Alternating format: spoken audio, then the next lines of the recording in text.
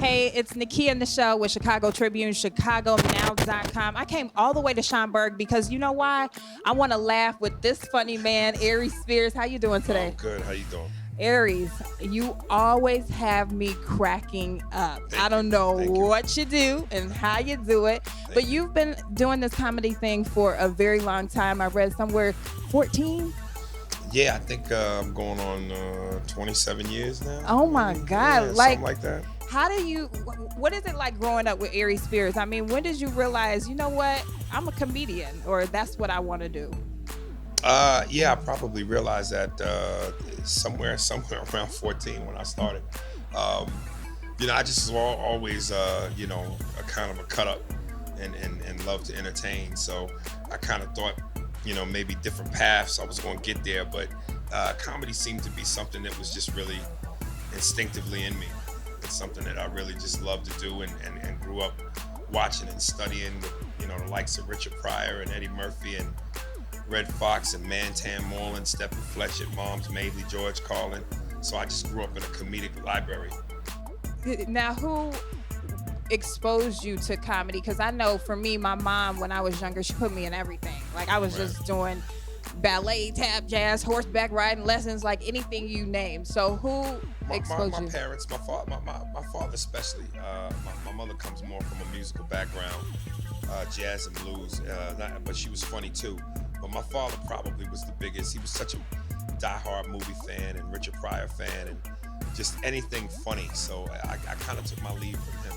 Did you? Yeah. The thing that I noticed to be a comedian, I'm a broadcaster, but I think to myself, I'm like, dang, if I was a comedian, that's hard to do. A lot of people are like, oh, you're so funny. I'm like, I'm not getting on stage. So I notice now a lot of like YouTubers or Vine, they think, oh, I put together a little compilation video and I'm hysterical. What do you say to those people that think that this game is easy? And well, I mean, it's longevity is the truth. So right. Social media and camera phones have all given so many people the ability to become Spike Lee in 6 seconds, and think they Spielberg in a YouTube video. But it's look, the ones that have it stick around. The ones that don't come and go. I think anybody can have lightning in a bottle at least once or twice, and do something funny. But it's the consistency of your work that I think tells all. So while it's kind of good for the game, I think it's also bad for the game because so many people believe that they're great just based off of one thing or two things. And I don't think even if you have an extensive body of work that some might see as iconic or legendary, real icons and legends don't call themselves icons and legends. Right. They let people do that. Right. So, I'm sure if you ask Eddie Murphy or you would ask Robert De Niro or Al Pacino or before they passed away, Whitney or Michael, if they were iconic and legendary, they would probably most likely say no.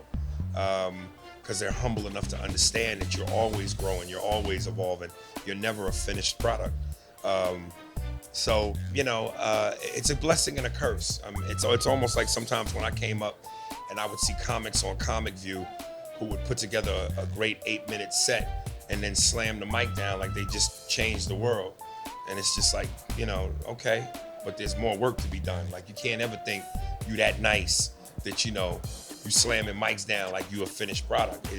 But time tells all. Time is the truth. Now, I've been noticing you do a lot of stuff and little segments on YouTube. Mm-hmm. And you're very active with, putting some stuff out. I try to be. Yeah, well, you're doing a decent job. I know you're busy, you're on the road, you're traveling, you're touring. But the thing that I love about you and that always sets yourself apart from the rest of the comedians is the impressions. I know you're gonna do them tonight, aren't you? Maybe a few. A few? Okay. It's not that I shy away from it. It's just I don't like to force anything. So yeah. If I'm gonna do somebody, I don't just want it to be about the impression. I want it to be some substance behind it, which is something I learned from watching Eddie, especially on Delirious. When he did The Honeymooners, it wasn't just the voice or James Brown or Mr. T and Michael Jackson. He had great jokes and great material as a foundation. So it's, I can go out there and do a voice all day. It's like being able to dunk a basketball. Yeah, I can dunk, but to be able to do it with some flair and some style and some meaning within the game is the bigger and better picture. So I want to make sure I have a good joke behind it so that it stands equally as strong. So I guess I said a whole lot to say, yeah, I'm gonna do it, but don't expect too much. Okay. Now I want to talk to you about this comment you just recently made about Stacey Dash. Yeah. Aries. Yeah. Come on, man. Listen, how could my comment be any more outrageous than the comment she's made? True. You know what I mean? True. Sometimes you fight fire with fire. And if you're gonna take a stance like that, which really is against the whole entire black community by saying this shouldn't be a Black History Month, then I need to be as extreme in saying something about your lost identity. So, you said she needs to get fucked. Excuse my language. Locked in a room with Fetty Wap, 2 Chainz, and Trinidad James, and a jar full of Viagra. I don't think she would survive. I don't think any woman would survive, but sometimes you need a strong dose of uncut cocaine to set you right. Back, snatch you back. It's like blue magic. It's in purest form. I know that's right. Well, I'm definitely looking forward to seeing you perform. Thank you. What's your, before you go out, do you have any kind of mantra or anything that you do to let's get it, I try to zone out on my music, I just try to listen to stuff to kind of put me in that mood and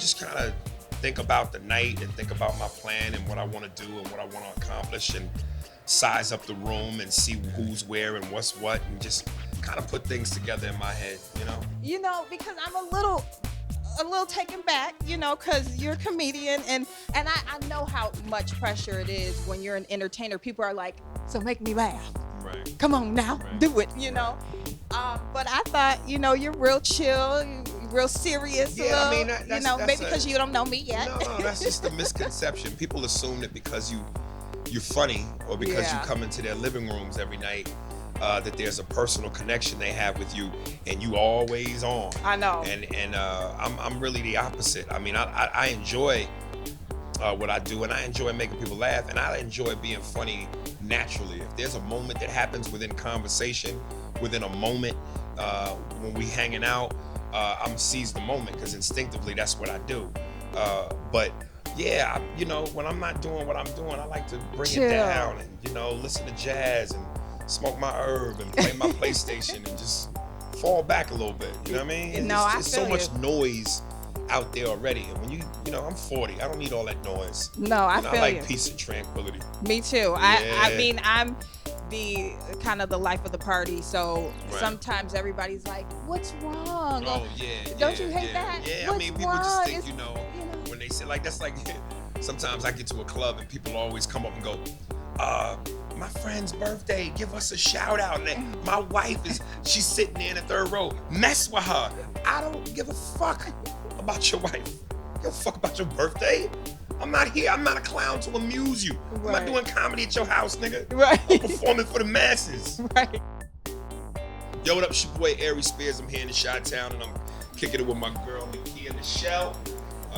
Always like I do when I'm in the shot. It's all love, baby.